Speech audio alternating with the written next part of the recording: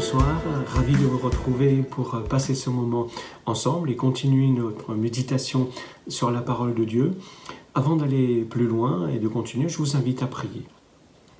Seigneur, merci pour ta parole que tu nous donnes. Merci pour ce moment où nous pouvons nous retrouver autour de cette parole qui enrichit notre âme, qui nourrit notre âme et qui nous fait grandir en toi.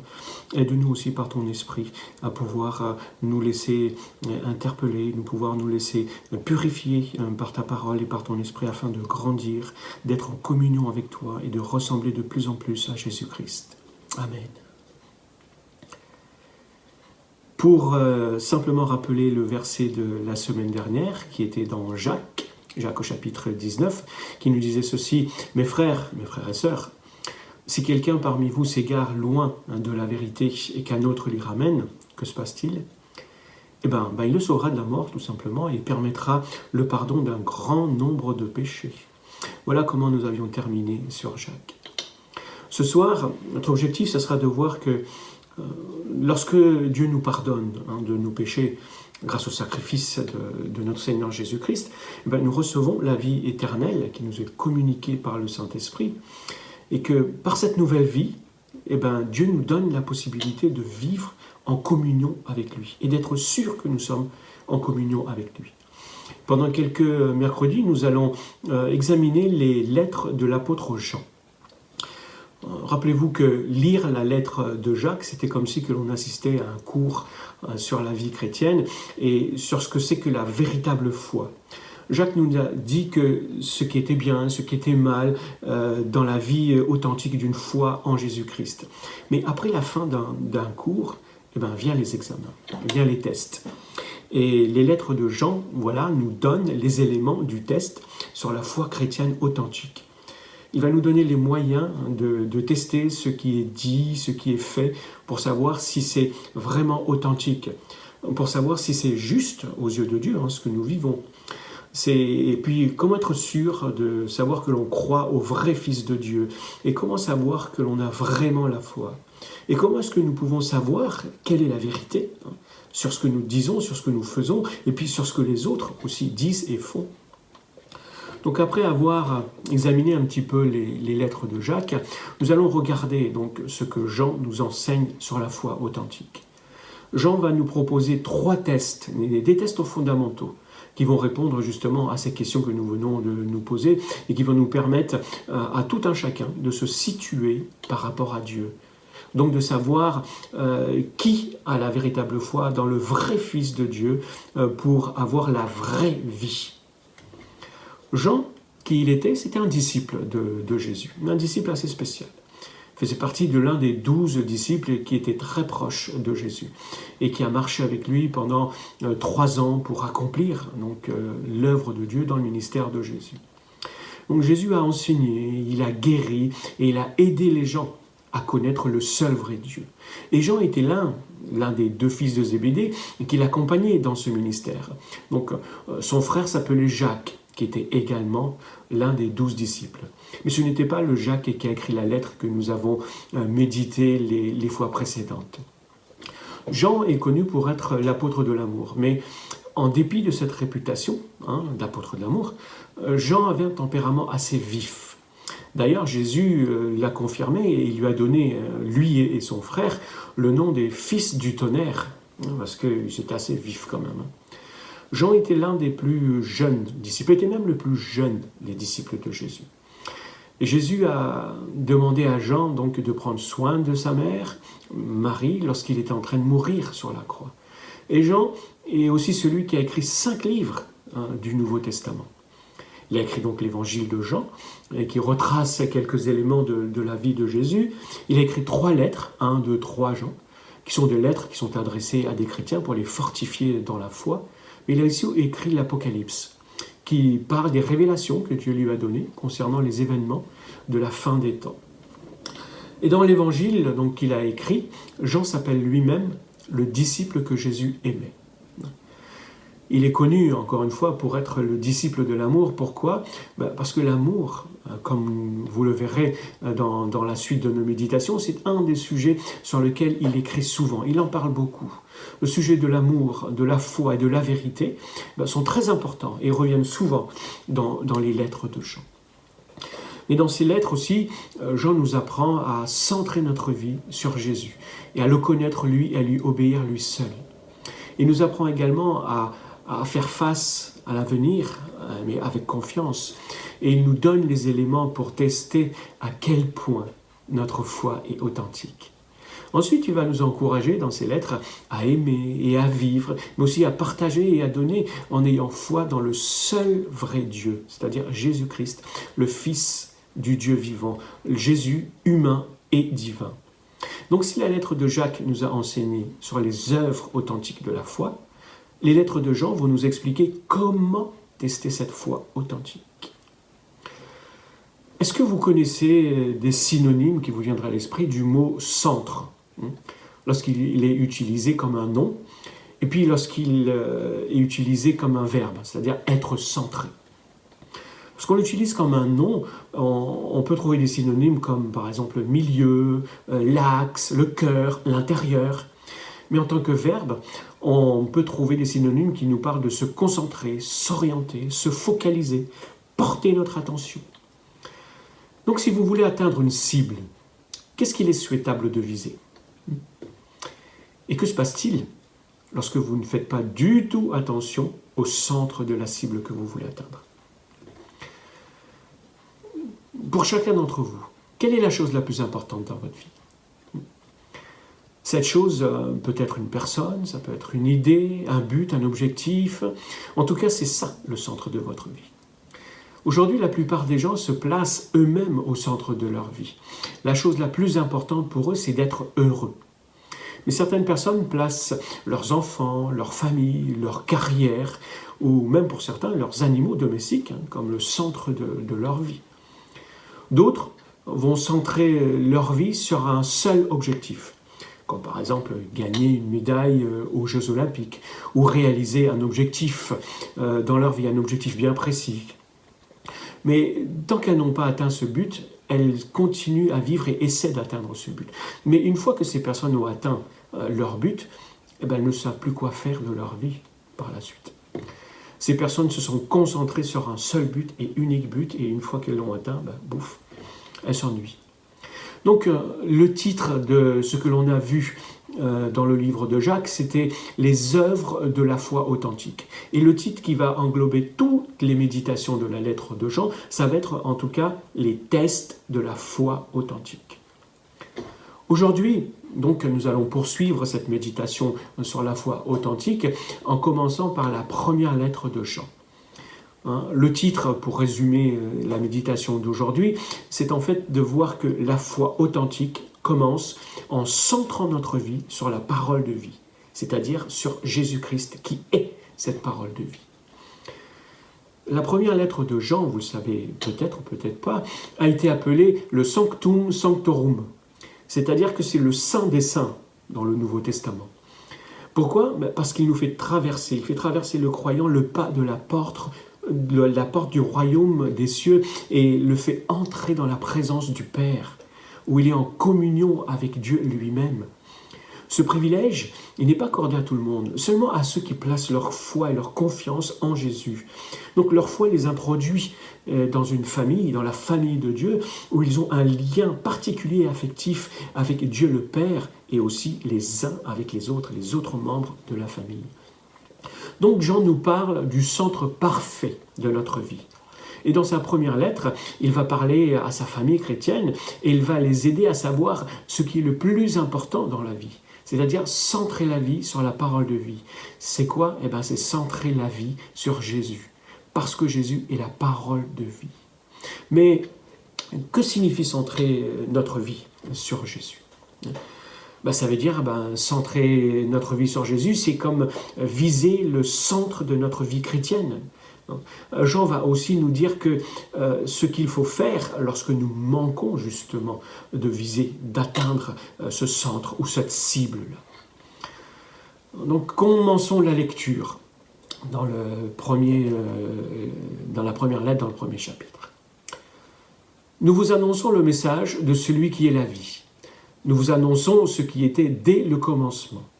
Nous l'avons entendu, nous l'avons vu de nos propres yeux, nous l'avons contemplé de nos mains et nous l'avons touché. Celui qui est la vie s'est manifesté, nous l'avons vu, nous en parlons en tant que témoins et nous vous annonçons la vie éternelle qui était auprès du Père et qui s'est manifestée pour nous. Oui, ce que nous avons vu et entendu, nous vous l'annonçons à vous aussi, afin que vous aussi, vous soyez en communion avec nous. Or, la communion dont nous jouissons est avec le Père et avec le Fils, Jésus-Christ. Si nous vous écrivons ces choses, c'est pour que notre joie soit complète. Ce passage nous explique que la vraie vie est avec Jésus. Jean nous révèle dans ce passage l'humanité et la divinité même de Jésus.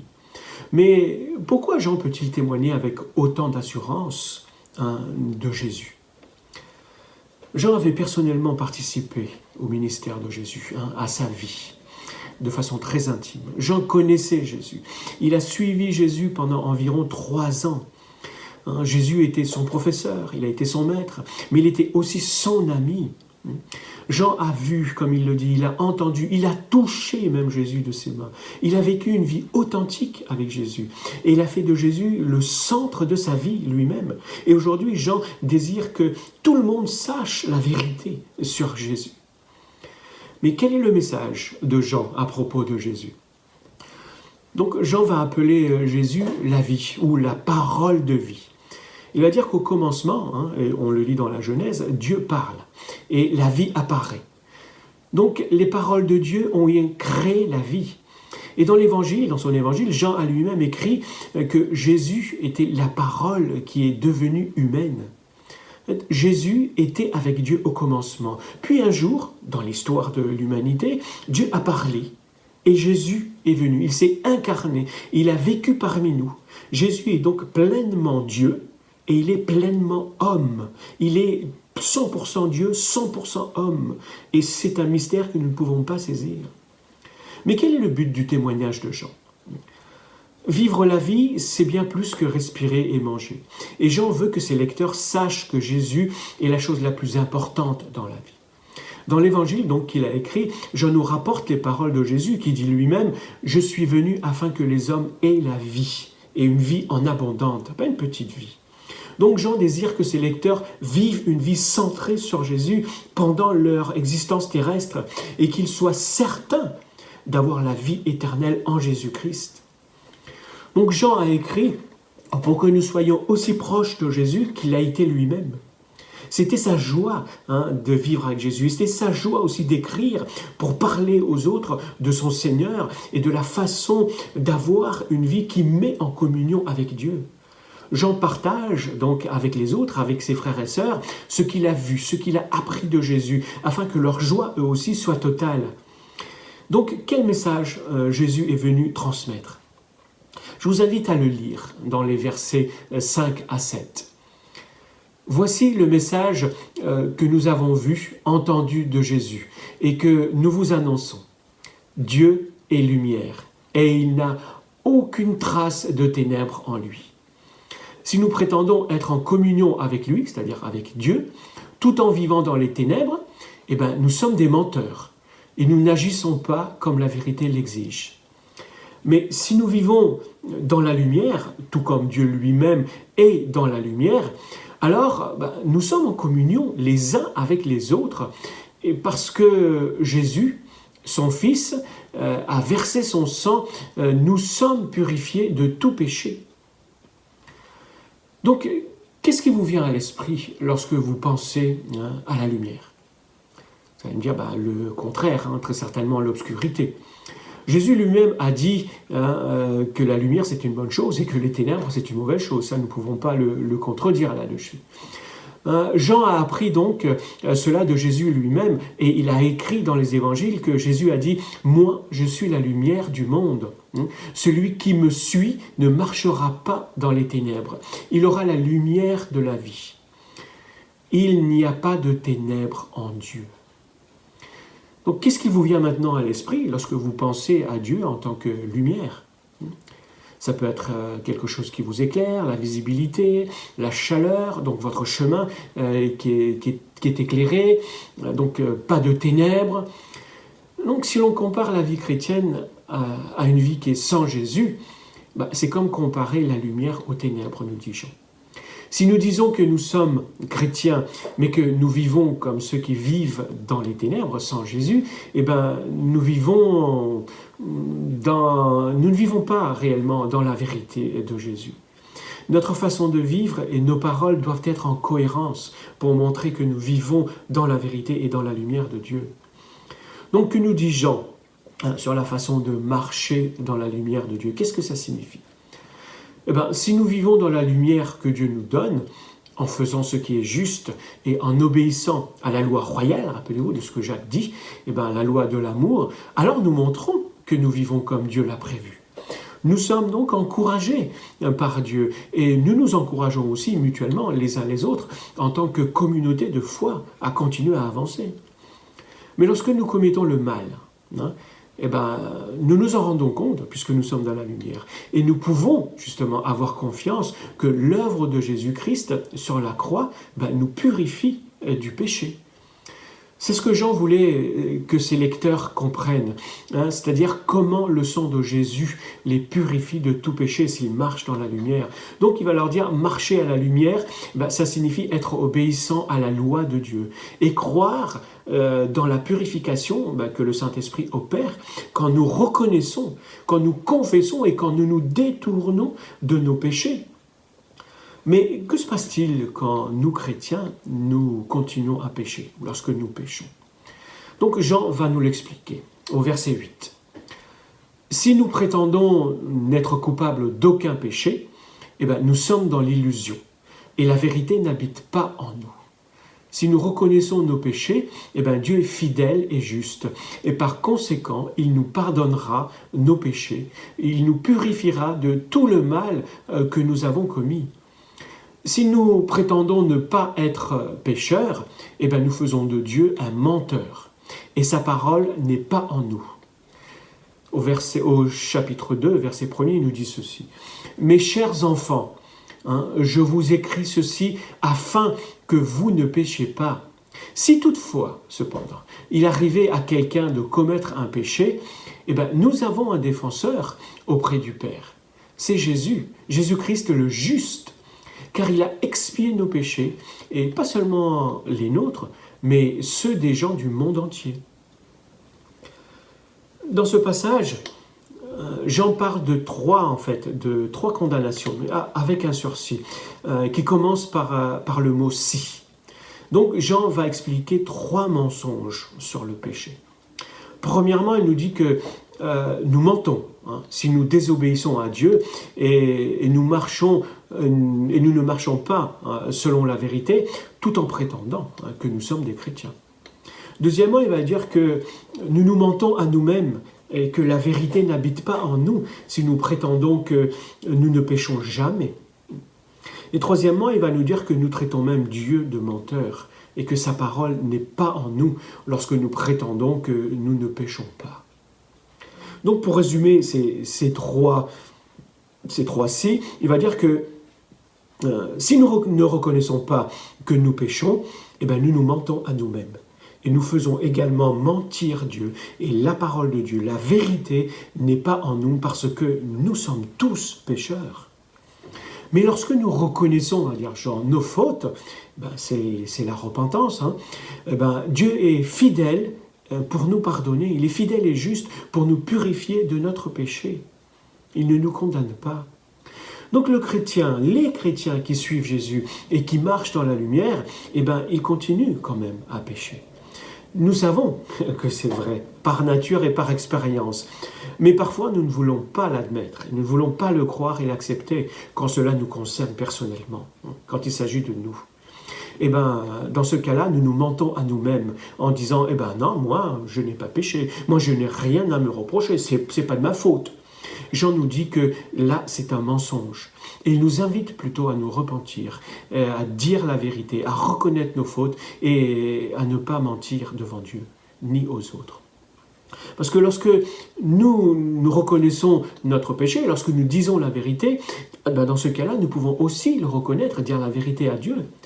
Vous reconnaîtrez que c'est plus difficile d'avouer son péché à quelqu'un, à un de ses semblables, à celui à qui on a offensé, que de le dire à Dieu.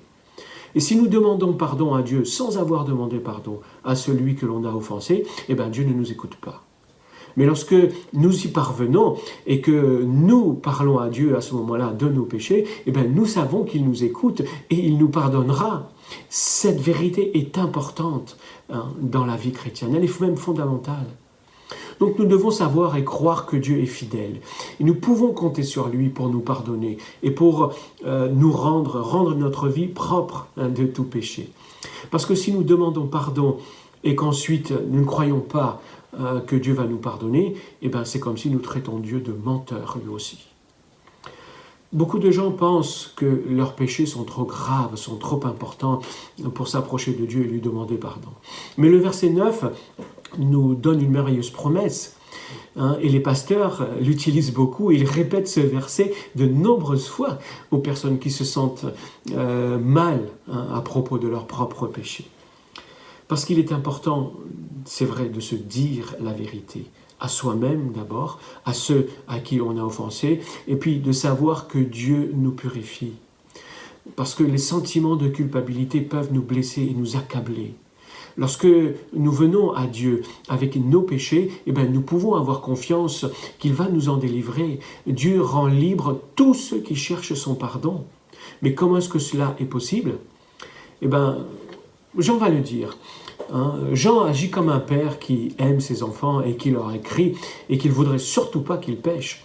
Mais il dit que si, et puis quand quelqu'un a péché, il leur fait savoir qu'il y a quelqu'un qui se tient entre Dieu le Père, et lui-même. C'est un défenseur. Et ce défenseur, c'est Jésus, dont le sang les purifie de tout péché. Et Jean répète ce qu'il a déjà dit au verset 7. C'est vrai parce que Jésus est celui qui est le seul juste devant Dieu. Lui seul donc peut s'interposer entre le pécheur, celui qui a péché, et Dieu. Et il a pris la condamnation, donc Dieu va nous pardonner. Il a également dit que Jésus a expié nos péchés. Ça veut dire quoi ? Ça veut dire que Jésus a payé le prix de la condamnation de nos péchés. Il a enlevé la condamnation qui pèse sur nos épaules et sur notre vie. Dans l'Ancien Testament, une personne devait payer pour ses péchés en tuant un animal et en l'offrant sur l'autel lors d'un culte. Il s'agissait donc d'un sacrifice que la personne offrait. Celui qui avait commis un péché donnait un animal, et si son péché avait de grandes conséquences, il donnait un gros animal. Mais si son péché avait de faibles conséquences, c'était un petit animal. Et puis même, si la personne était pauvre, elle offrait un petit animal en fonction de ses moyens. Et lorsque Jean dit ça, il sait très bien que ses lecteurs offraient eux-mêmes des sacrifices, ou l'avaient déjà fait. Et quand Jésus est mort sur la croix, il s'est offert en sacrifice pour les péchés. Il était le sacrifice parfait parce qu'il a vécu une vie sans péché. Et son sacrifice a payé le prix pour tous les péchés de tous les peuples, pour tous les temps, même pour toi aujourd'hui. Jésus est celui qui a payé tes péchés. Jésus peut te libérer du péché et de ta propre culpabilité qui pèse et qui te mine. Donc fais-lui confiance, mets-le au centre de ta vie aujourd'hui même. Quelles sont les applications que l'on peut tirer pour nous de ce que nous avons vu ? Donc pose-toi cette question, dis-toi dans quelle mesure ta foi est authentique. En répondant simplement à ces questions, en considérant quelle est la cohérence dans ta vie du fait que Jésus est le centre, dans la communion avec Dieu, dans tes relations avec les autres, et comment est-ce que tu reconnais, que tu confesses tes péchés, et puis comment est-ce que tu acceptes et que tu crois que Jésus peut pardonner et purifier tes péchés encore aujourd'hui, même si tu es chrétien. Parce que accepter Jésus, qui est le Fils de Dieu, c'est recevoir la vie éternelle, c'est recevoir la lumière. C'est la seule façon de pouvoir vivre en communion avec Dieu de façon authentique et vraie et de pouvoir vivre avec les autres. Je te livre les quelques sujets de réflexion pour ce soir. Première question, Jusqu'à quel point es-tu proche de Dieu? Deuxième question, dans quelle mesure ta vie ressemble-t-elle à celle dont parle Jean, hein? Et dans ce que tu fais, dans ce que tu dis, dans ta façon de marcher. Troisièmement, de quelle manière mens-tu sur tes propres péchés dans ta vie? Et qu'est-ce que tu peux faire face à ces propres péchés, tes propres mensonges? Quatrièmement, quel verset explique le mieux comment est-ce que tu peux être libéré de la culpabilité? Et puis, est-ce que tu as déjà accepté le pardon de Dieu dans ta vie? Si ce n'est pas le cas, pourquoi est-ce que tu ne l'as pas encore fait? Voici le verset à mémoriser. Nous vous annonçons le message de celui qui est la vie, dit Jean. Nous vous annonçons ce qui était dès le commencement. Tu trouves ça dans 1 Jean au chapitre 1er, le verset 1er, une première partie du verset. Je t'invite à prier maintenant. Prier pour que nous puissions avoir la preuve, tu puisses avoir la preuve que ta foi est bien réelle et que ta vie est centrée sur Jésus. Et puis de prier pour que tu puisses faire cette expérience d'obéir à Dieu, de marcher dans sa lumière et de faire de lui le centre de ta vie. Seigneur, merci pour ta parole, parce qu'elle est la vérité. Elle éclaire le chemin où nous devons marcher, mais elle éclaire aussi notre vie. Elle éclaire notre cœur, elle éclaire nos pensées. Seigneur, tu nous as dit là tout à l'heure que tu n'es pas celui qui nous condamne. Même si nous avons péché, nous avons un défenseur qui est Jésus-Christ. Et si nous sommes dans ta lumière, nous pouvons voir là où nous avons fauté. Alors pardonne-nous, Père, nos péchés. Pardonne-nous, Seigneur Jésus, de t'avoir offensé, d'avoir offensé ceux qui sont autour de nous aussi. Aide-nous à être transparents vis-à-vis des autres, à être transparents devant toi aussi, afin de marcher dans la lumière. Aide-nous à pouvoir grandir en toi par ta parole et par ta lumière. Merci parce que nous pouvons être en communion avec toi et que nous sommes en communion avec toi et que nous ne sommes pas condamnés. Merci Père. Que ton nom soit glorifié dans notre vie. Amen. Que Dieu vous bénisse et continuez à marcher dans la lumière de Jésus-Christ et soyez transparents dans ce que vous faites et dans ce que vous dites. Passez une bonne semaine et on se retrouve la semaine prochaine. À bientôt.